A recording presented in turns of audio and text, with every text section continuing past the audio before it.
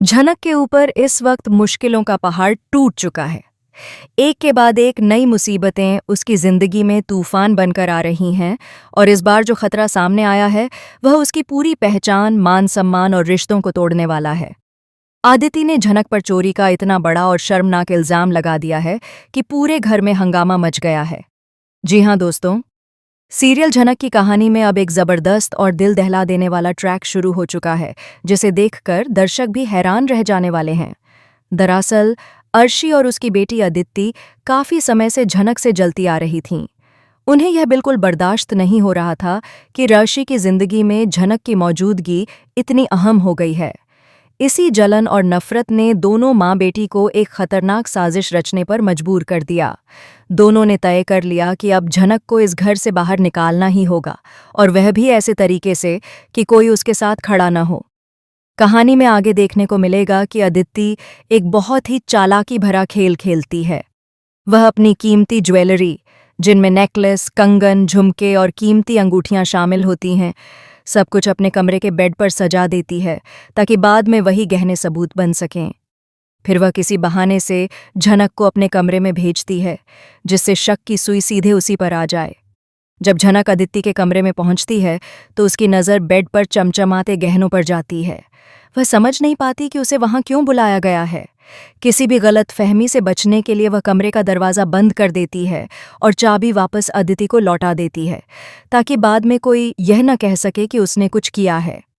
झनक को बिल्कुल भी अंदाज़ा नहीं होता कि वह एक बड़े जाल में फंसती जा रही है। लेकिन कहानी का सबसे बड़ा और दिल दहला देने वाला ट्विस्ट तब आता है जब शादी के बाद अदिति अपने कमरे में पहुंचती है। अचानक वह जोर से चिल्लाती है क्योंकि उसकी नज़र बेड पर रखी ज्वेलरी पर जाती है और उसे एहसास होता है कि उसका सबसे कीमती नेकलेस वहां मौजूद नहीं है।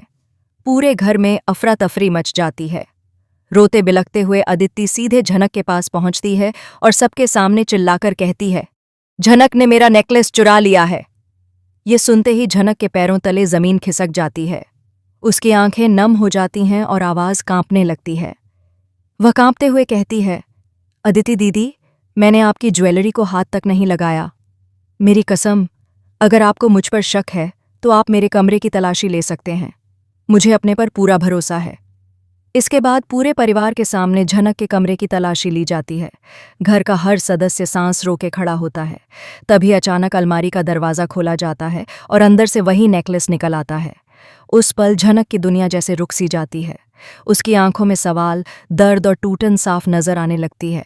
आखिर उसके कमरे में वह नेकलेस आया कैसे? अब घर का माहौल पूरी तरह बदल जाता है। जिन लोगों ने कल तक झनक पर भरोसा किया था, वही अब उस पर उंगलियां उठाने लगते हैं। नीलू गुस्से में आकर पुलिस को सूचना दे देती है और कहती है कि अब इस लड़की को सबक सिखाना जरूरी है। घर के हर कोने में सिर्फ बातें हो रही हैं, झनक चोर है, उसने सबको धोखा दिया। लेकिन इस अंधेरे में भी एक उम्मीद की किरण बाकी है, और वह है अर्शी। अर्शी पूरे विश्वास के साथ झनक के सामने ढाल बनकर खड़ा हो जाता है। वह सबके सामने कहता है, झनक चोरी नहीं कर सकती, मुझे उस पर पूरा भरोसा है, यह जरूर कोई साजिश है।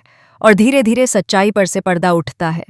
दर्शकों को दिखाया जाता है कि असल में यह सब आदिति की खतरनाक चाल थी। उसी ने चुपके से वह नेकलेस झनक की अलमारी में रखा था ताकि उसे चोर साबित किया जा सके और उसे घर से हमेशा के लिए निकाल दिया जाए।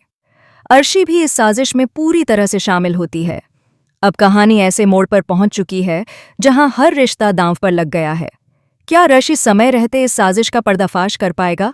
क्या झनक खुद को बेगुनाह साबित कर पाएगी, या फिर यह झूठा इल्जाम उसकी जिंदगी बर्बाद कर देगा?